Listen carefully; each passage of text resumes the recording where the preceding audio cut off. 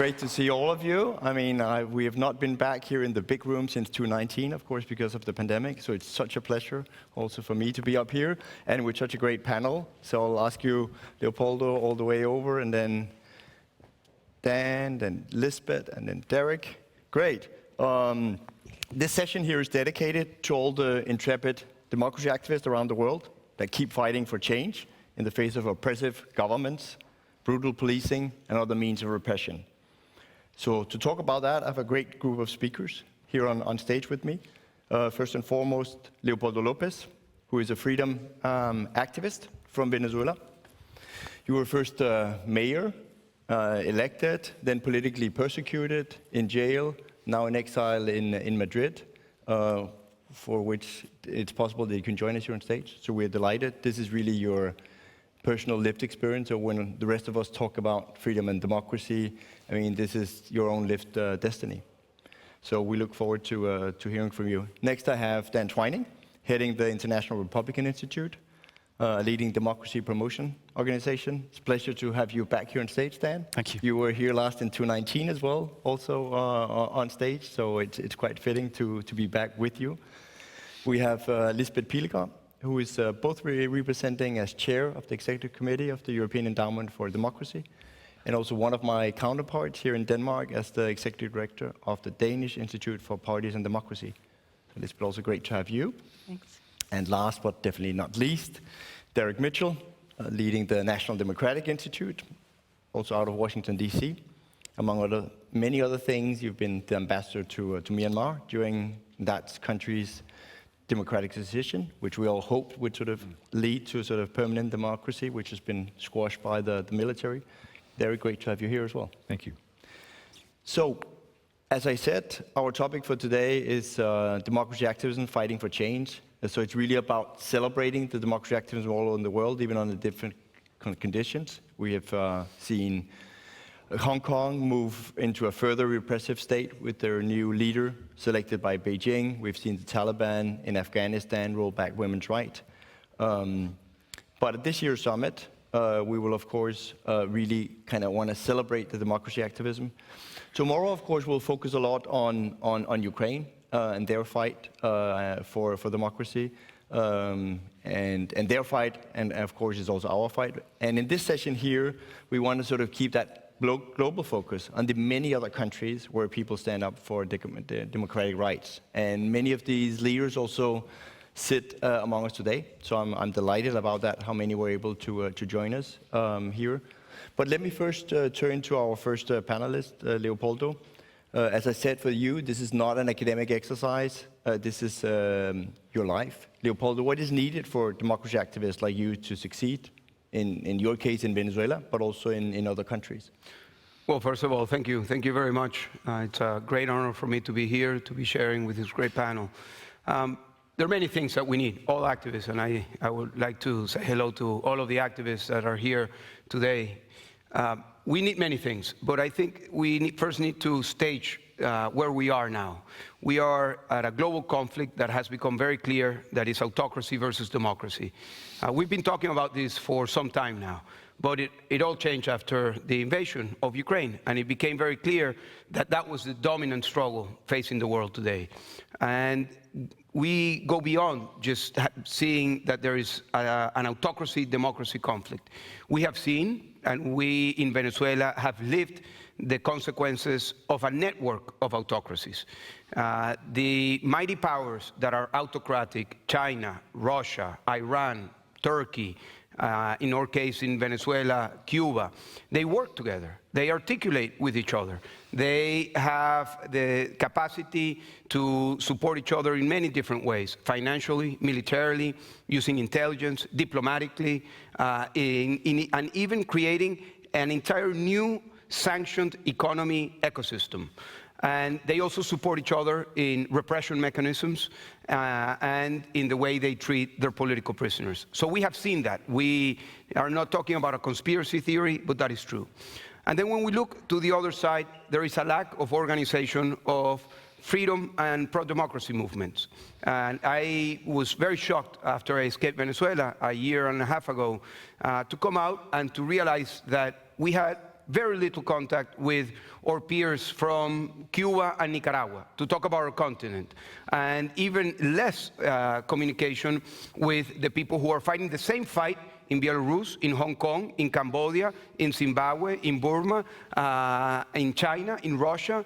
And it became very clear that the first thing we need to do is to articulate an alliance of these pro-democracy and freedom movements, an alliance that has the capacity to learn from each other, to support each other, but also to understand that we are in the middle of a fight. Many times our countries, Venezuela, Belarus, Iran, are thought out in the global context as if the regimes means the people, and it's not that. The people of Venezuela want freedom, the people of Iran want freedom, the people of Hong Kong want freedom, of Nicaragua and Cuba.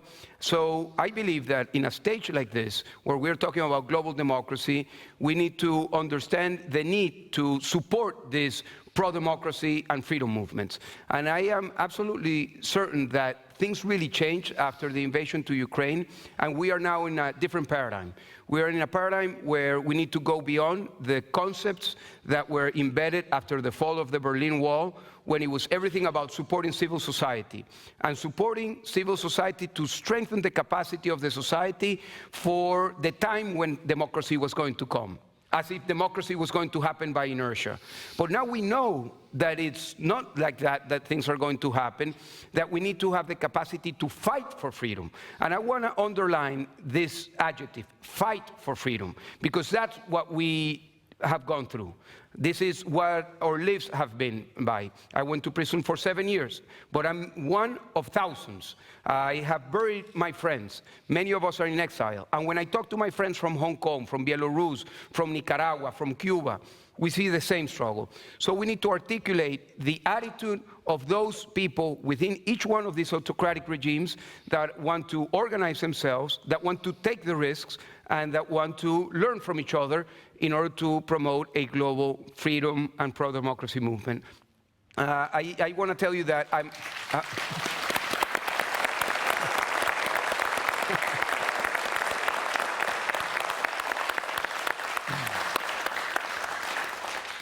Thank you. I'll end here. No, go on. That was just applause. Stop on your head. Go on, Leopoldo. No, I just want to tell you this. I've spent the last months talking to a lot of my colleagues. Some of them are here in this audience. Many are not. And I can tell you that this view of the need to articulate a strong and effective network of leaders and movements from around the world is something we all want. But we can't fight this fight alone. We need organizations, institutions that have the capacity to help. So I think that we can come out with the idea of the need for a network of leaders and movements from autocratic regimes, and also the network of organizations like the ones are represented in this panel today that are capable of supporting in the most effective ways these pro-democracy and freedom movements. And finally, I am optimistic. I believe that we can promote a fourth wave of democratization in the world, but we need to believe that that is possible to happen. If we don't believe, if we're not convinced that that is where the world should go and that where we should put our efforts, it's not going to happen. Because autocrats believe that they are going to win the fight, that they are going to take over the world by crumbling and attacking liberal democracy, as they do, as we heard this morning, through disinformation, cyber attacks, crushing the freedom movements. It was very clear. February the 4th, Xi Jinping and Putin signed a letter where they specifically said that they will join efforts to crush colored revolutions around the world. So it's very clear that they fear colored revolutions, meaning freedom movements.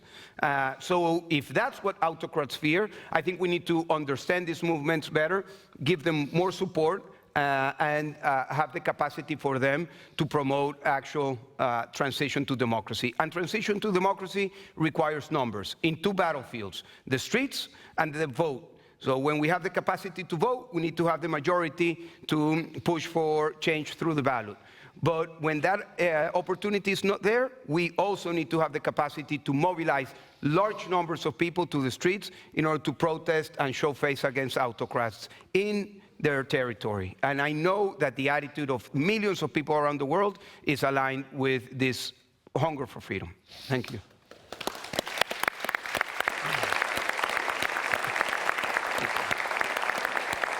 Thank you, Leopoldo. It's so inspiring to listen to you. So, and you can feel the audience on that, which actually makes that, Dan, I did have a scripted next question for you, but I actually think if you want to really chip in on what Leopoldo just said, and particularly also coming from a leading democracy promotion organization, of what are some of the new things we have to do in this area that Leopoldo underlined from what he's experienced. Great. Thank you, Jonas. I'm so proud to be here with you and Secretary General Rasmussen and your excellent team, and to be sitting next to the president, future of a free Venezuela. This guy's the real deal.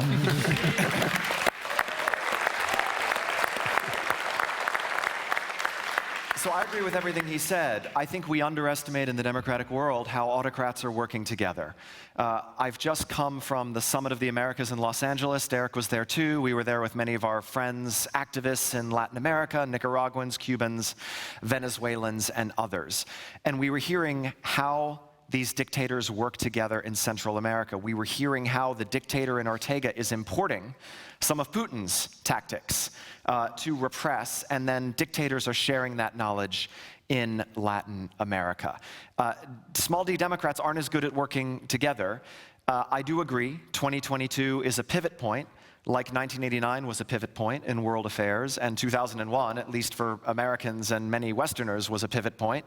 2022 is a pivot point, that we've been reminded that authoritarians not only repress their people at home, but conduct terrible and criminal aggression against their neighbors. We also know, thanks to your polling by many others, that people around the world want democracy and freedom. They yearn for this. Nobody's voting for dictatorship and autocracy. Nobody's taking to the street demanding authoritarianism. People want to be free. They are unhappy in many countries with how democracy is performing. They are voting for anti-establishment politicians and other measures because they are unhappy. They feel like democracy is not working for them. But I think talking to great activists and freedom fighters reminds us about first principles. Yesterday was the 40th anniversary of Ronald Reagan's speech to the British Parliament, which created the National Endowment for Democracy that NDI and IRI are part of. If you read this Reagan speech today, Jonas, it looks very timely. In fact, Derek and I have been part of I was doing nothing else yesterday. So, you know, we have a new Ronald Reagan Institute working group report about creating a new wave of democratic momentum. We forget, I think many of us are younger, that the struggle for democracy has never been easy or straightforward. It's not as if it only became hard a few years ago. It's always been difficult. When Ronald Reagan gave this speech in 1982, the Soviet Union controlled half the world, and it wasn't clear that democracies were going to win. Half of Europe was captive. Most American friends in Asia were military dictators. So much has changed, right? So we know what people want. We know that we need new energy and momentum here. We also know that we have to do better, and I'll just close with this thought. We have to do better in supporting freedom fighters and peaceful, nonviolent civil disobedience movements that want to level the playing field in their countries. We're also part of an Atlantic Council report on generating a fourth democratic wave. And part of the idea here is not to let dictators define sovereignty as they get to do whatever they want in their countries. Their people have a right to assistance. Where they are oppressed, where they do not have any democratic space or any democratic voice, there is a role for all of us to support them in creating that democratic space. The truest form of self-determination is going to be driven by popular participation. It's not going to be determined by what somebody who's unelected says. He doesn't actually speak for his people. So let's re-energize ourselves around some first principles and get to work out there. Thank you, Dan.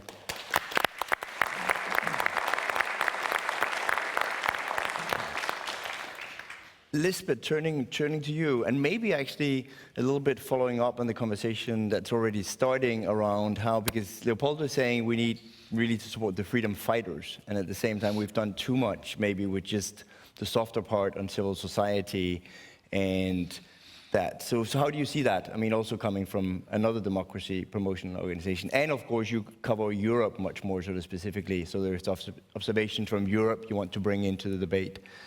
Please do. Thanks, Jonas. The European Endowment for Democracy works in the European neighborhood, so it doesn't work inside of Europe. There are many discussions we could have on this the European neighborhood democracy, and the neighbors of the neighbors. And as you know, there is a lot to do in Belarus, in Ukraine, in Syria, Algeria, all around of the European neighborhood. What Leopoldo said, I think, is essential for all of us that are at the other side of trying to provide support for activists, is that we listen to you, that we set up systems that are agile and flexible as much as possible, and that's what the whole core of the European Endowment has been in its establishment. It's nearly 10 years old, we'll celebrate next year. And it was set up to be super flexible, because we think that's how democracy support works best. Flexibility, timeliness, and that it's demand-driven. So we don't decide how to support people. Activists come to us and say, we have a great idea, we have needs, we want to do this, can you help us? And we can. And I think that's important when we talk about being, we had several conversations here earlier today about have democracy support, have we done it well enough? And yes, we've done some good stuff, but there are certainly areas where we can improve. I think that the timeliness and the flexibility is essential, and that's one of the things that we have tried to do within the EED. We've, for example, within the invasion of Ukraine, we were able to, in a very short less than 12 hours, to hand out funds to those that needed to leave the country immediately. And there were many, unfortunately, that had to leave the country. We've been supporting independent media in both the east and the south, Ukraine, Belarus, other places to the east.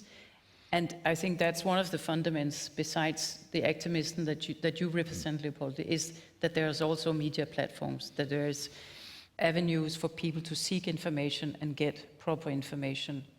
And in times of repression and regimes, what is being hit hard? It's the media. And in Ukraine, for example, the media lost all its income quickly and had to disperse and had to relocate. The same has happened for Belarus for other reasons. Unfortunately, we have Belarus friends who relocated to Ukraine and now have to relocate again. And they still keep on doing their work, even though they've now become refugees, displaced, and their families dispersed. So the flexibility is essential for the work we do, and that we listen to the needs instead of trying to set up systems and that we control. So that flexibility is also an ask for others that are here in the room, member states and other democracy support organizations, that they listen to the asks of the activists more than structures and systems that we figure out. I think that's one of the good initiatives that we've done in the work with. And the other is taking risks. I mean, working in repressive regimes and working under very difficult circumstances is extremely high risk. We have grantees of the EED who are imprisoned. We've had, unfortunately, grantees, Raed Faris from Syria, who was killed. It is a very, very dangerous job to fight for democracy, and we need to understand that and give the best possible conditions for people being so brave as to want to lose their lives for living in peace and freedom. Thank you, Lisbeth.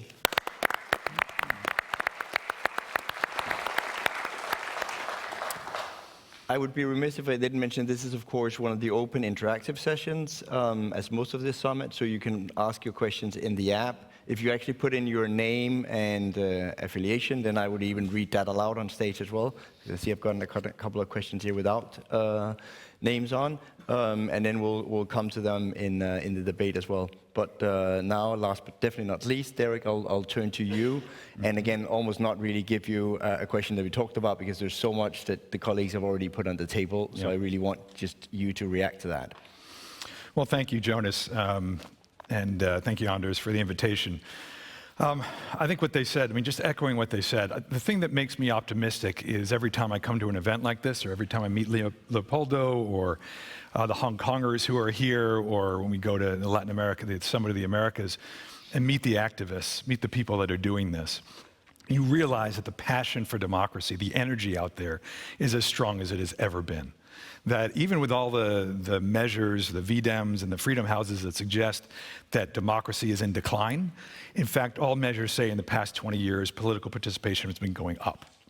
And that's because people are not satisfied with the way things are. They're dissatisfied to a degree with the way democracy is operating, but they're not terribly satisfied with the way autocracies are operating either. So there is a sense that nothing is delivering, so there is frustration. But in that frustration, there is hope. And there are people in the streets who are willing to put everything on the line for democracy. You're going to talk a lot tomorrow about Ukraine. A lot of the attention, a lot of the oxygen is about Ukraine nowadays. And clearly, I think one of the most important things that has done is it has woken up the world to what is at stake. People now see that this matters, that democracy matters, and that democracy is really under siege. It's not just that democracy is in decline, it's under attack. And if it's under attack, people are waking up to the need to defend it. So you hear people in the Philippines and otherwise saying, you know, my generation never had to fight for it. We took it for granted. We were complacent, but now we see we can lose this. Those in the United States are starting to realize we can lose this. People everywhere are realizing this isn't just simply a birthright, this is something you do have to fight for. I'll have to say my biggest disappointment, though, of the past year or the past, several months is the fact that not enough democracies have really rallied around this. I mean, you're not getting a sense that people, first of all, that that governments are recognizing why democracy matters as a strategic issue, why it should be core to foreign policy. There isn't a democracy strategy in the United States government.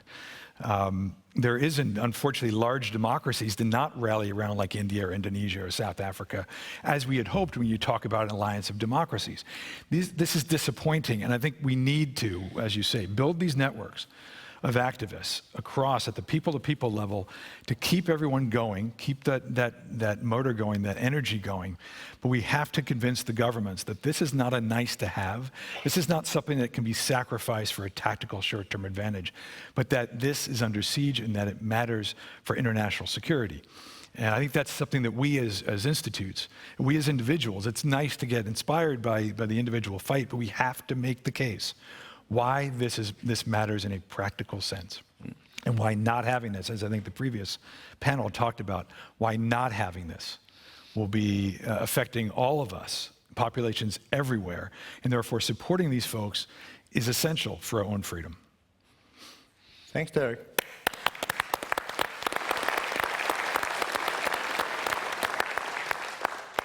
And now I turn to a question out here from the audience. I don't know who it is, but it's a good question.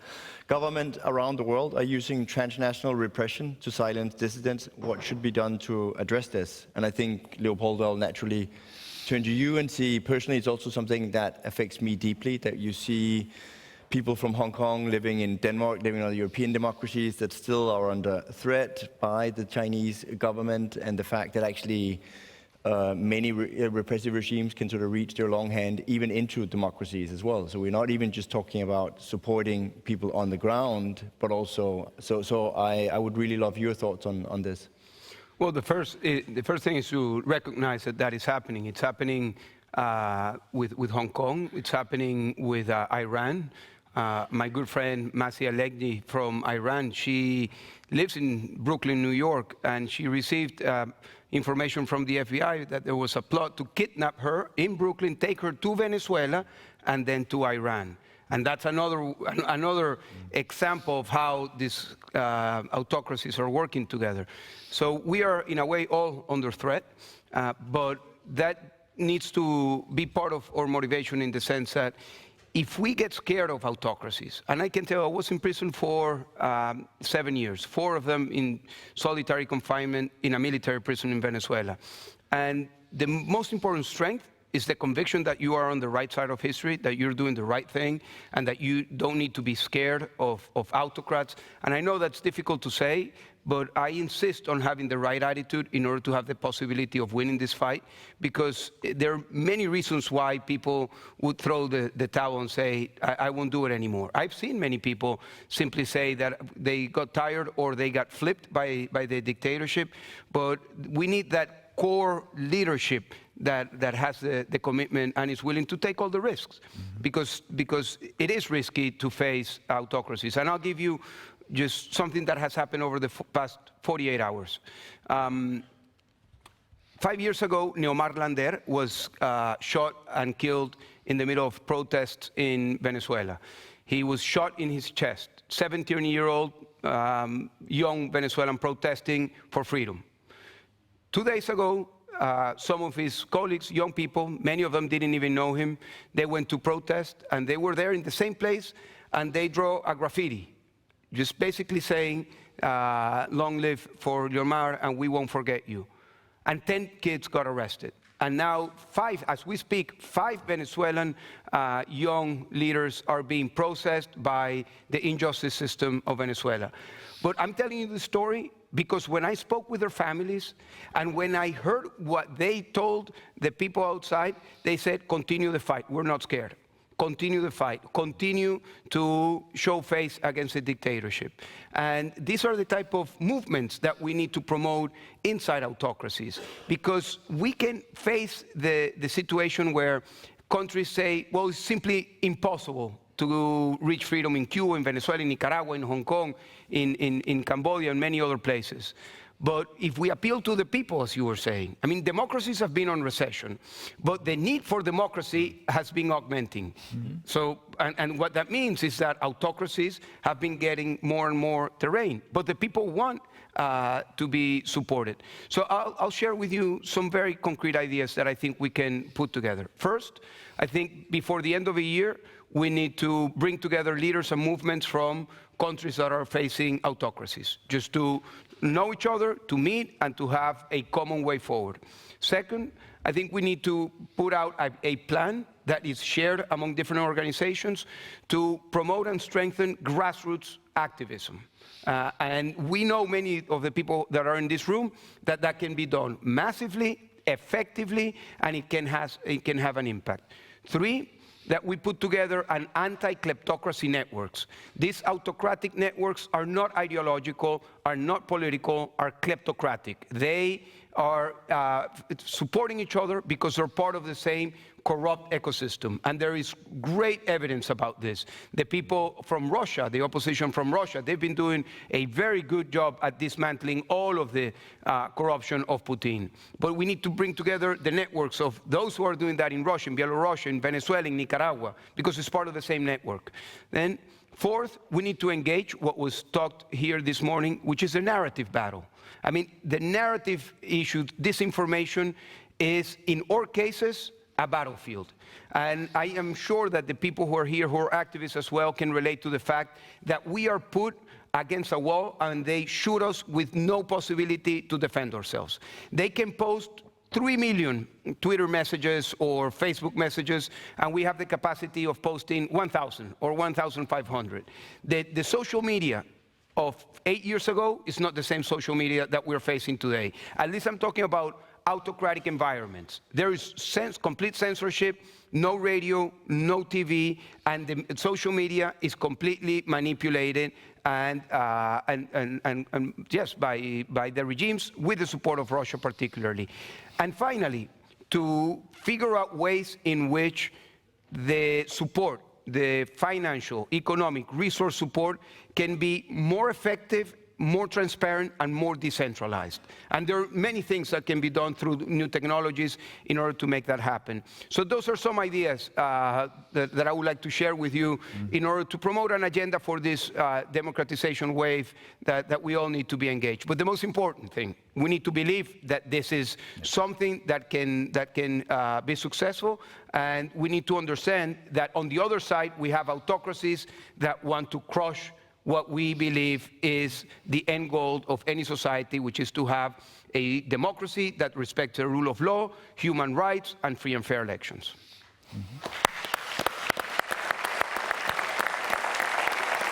Thank you, Leopoldo.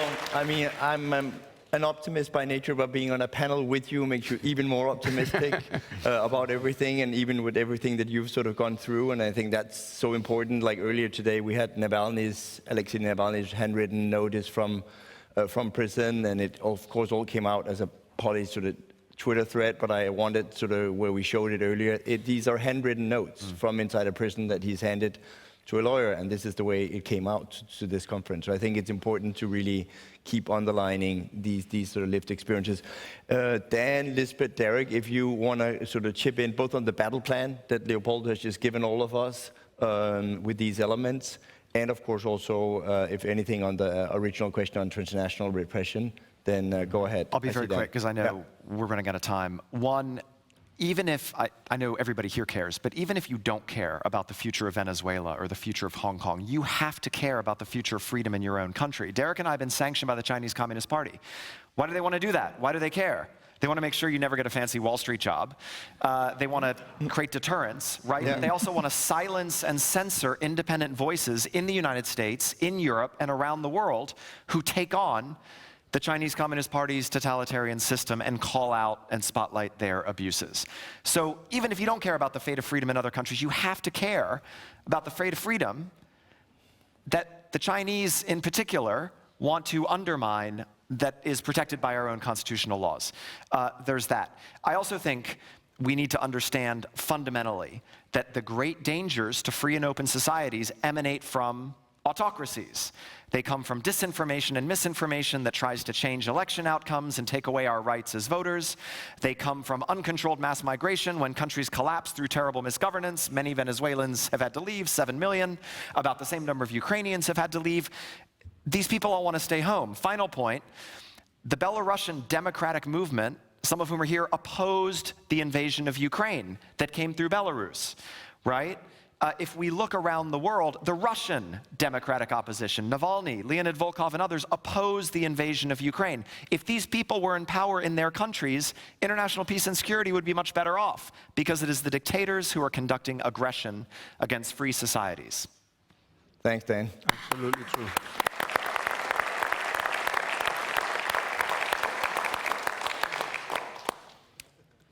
Lisbeth, Derek, you want to chip in on this? It's difficult to come after this strong statement.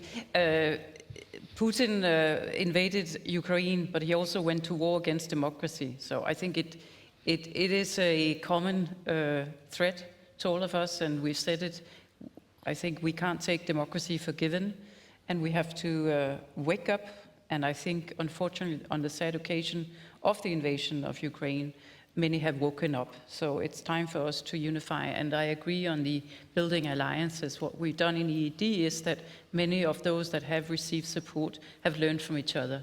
So what people are doing inside Syria is helpful and inspiring others in other countries. And that's what we can do from our side to facilitate that knowledge. Mm-hmm. Thanks, Lisbeth.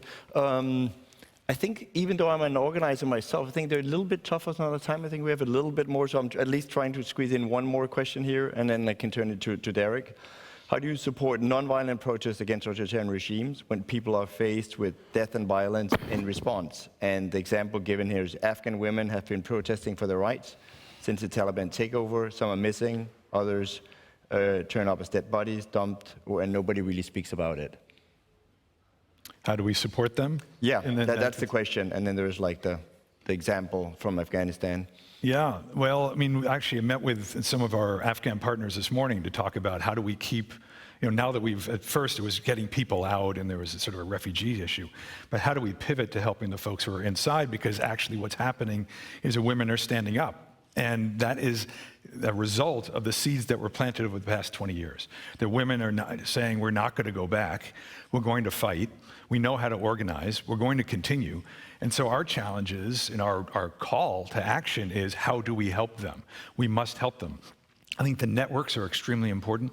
I think showing that support, showing that we have not forgotten, showing that even though this was an issue in Afghanistan that for many, certainly in the US government, was, oh, good riddance, we need to move on, that was a travesty.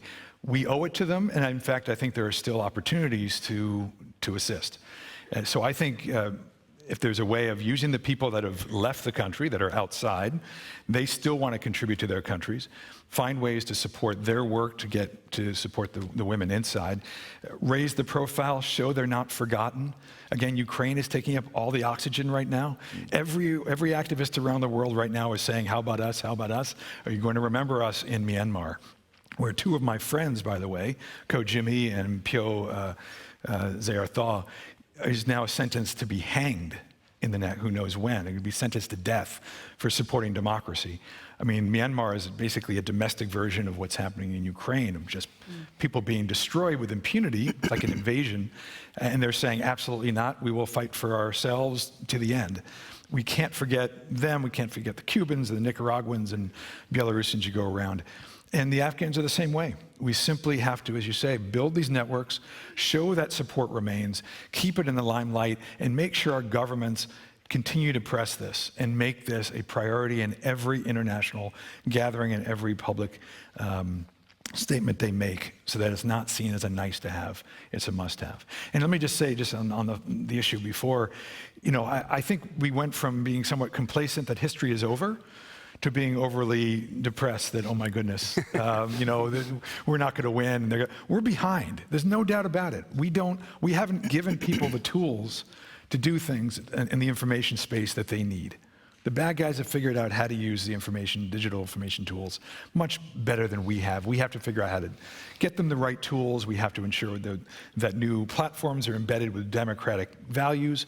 We're just starting to do this. We are behind.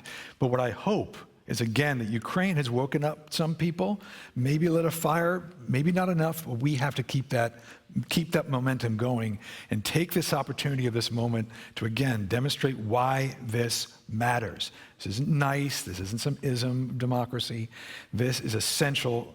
And the thing that we have, and I'll end with this, we have the advantage of billions of people who are on our side. We have the numbers. We just have to get involved with them, empower them, show them we're with them, show them this could work. We need some successes, and then get back on the offensive. Thank you, Derek.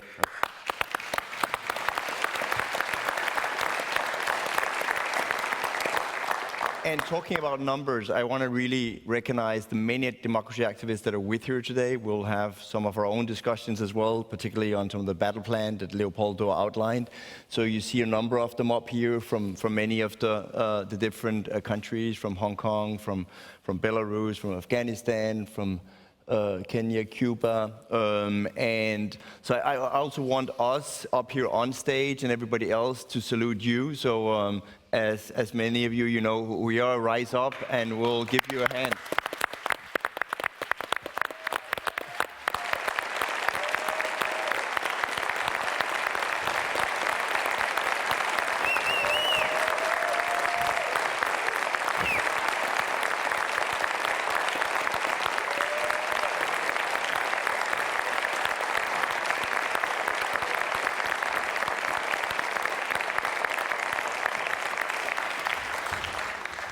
So I want to encourage everybody else in the audience to, of course, talk with many of the democracy activists, hear about their situation, stay optimistic, support their cause, and that's, of course, what we'll all continue doing up here and continue that conversation also off stage. And so I really want to sort of thank my panel. We're staying up here because we will basically transition now to a tribute to Madeleine Albright that recently passed. Very fittingly, she can be considered the godmother of democracy activism, both as Secretary of State, but also for her many years as the chairwoman of the National Democratic Institute.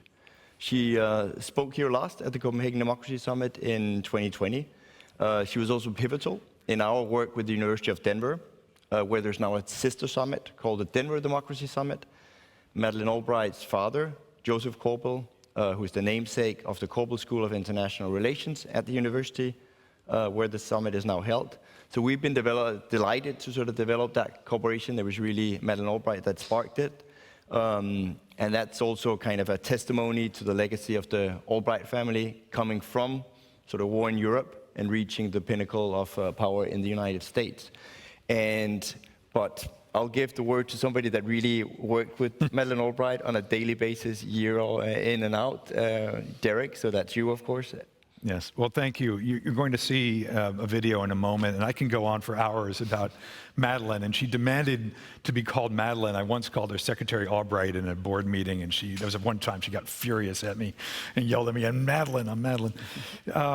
She used to say that if she couldn't be Secretary of State, she wanted to be chair of NDI, which I always took as a wonderful thing about NDI, but she meant it about all the work that we do. This was the defining issue of her life. This is the thing that animated her, the connection between democracy and national security.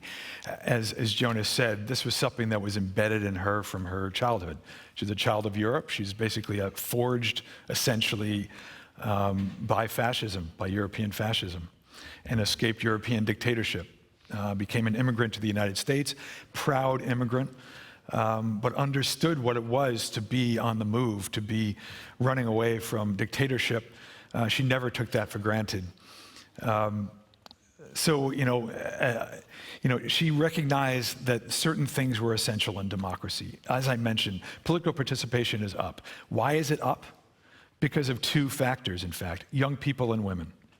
And we know that what Madeleine meant to women, she inspired me, but what she inspired in the world for women and women's political participation, I saw it every single day. It brought a smile to my face and warmed my heart, how much she meant and means.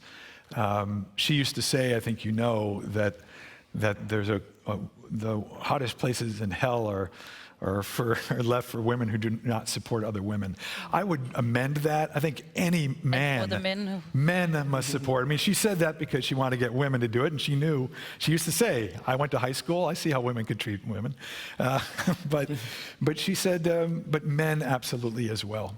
If we want democracy to succeed, you can't leave half behind. And every study says when you empower women, that's how you make society succeed, and that's how democracies deliver. That's number one. And then young people. She was passionate about young people. So all the young people here, the activists, I mean, she would never say no to any opportunity to meet with any of you or anybody and speak to young people. And she loved to quote an American poet. She may have misquoted him, but she used to say that the older I get, the younger are my teachers.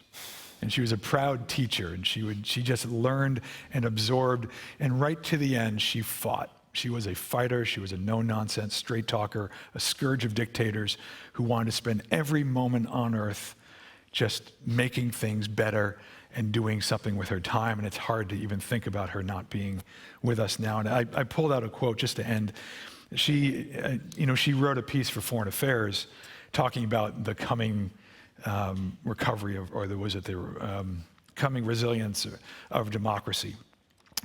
So she felt optimistic, though she called herself an optimist who worried a lot. You'll see that quoted, which I think is a great way of describing many of us. You can't do this work without being an optimist, and you should be worrying. But she wrote a piece. The last thing she wrote for publication was after she passed, for the Washington Post. And there are two quotes here that really resonated.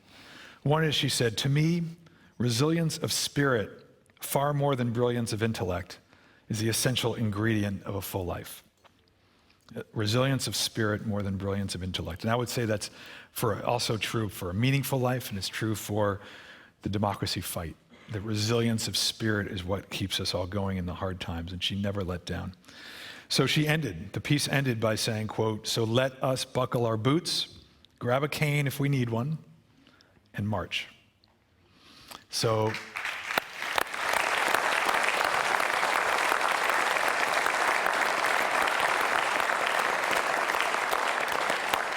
it's hard to talk about her in the past tense, but at NDI, and I know IRI and the NED, we're all figuring out ways to keep her voice alive and her spirit going. So, Jonas, you. Thank you. And we have a video, I think, showing from NDI of Madeleine Albright. Yep. If that comes on. Yeah. I believe in democracy because democracy is the only system that believes in us.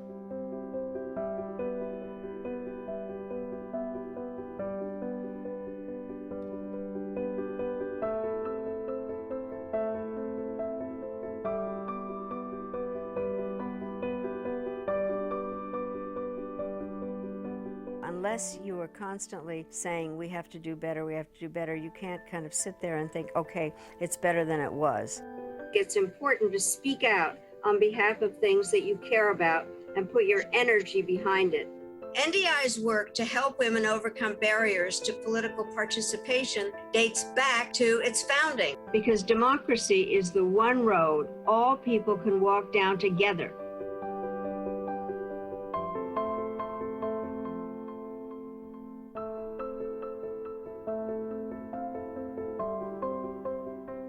I am often asked whether I'm an optimist or a pessimist. I'm an optimist who worries a lot. Because of the fragility of democracy, it requires resiliency. We can't be satisfied. It's not enough.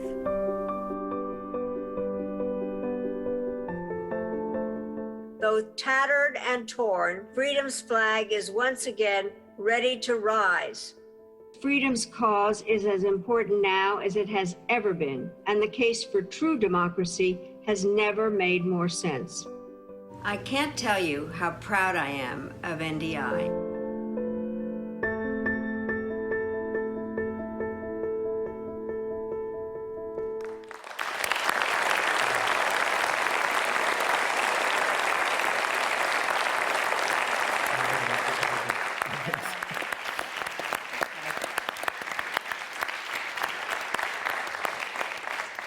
Thank you. I mean, I will actually ask you to sort of join me in, you've been good at applauding, in applauding all our panel, all of them once again. Thanks for joining us up here on stage. Thank you.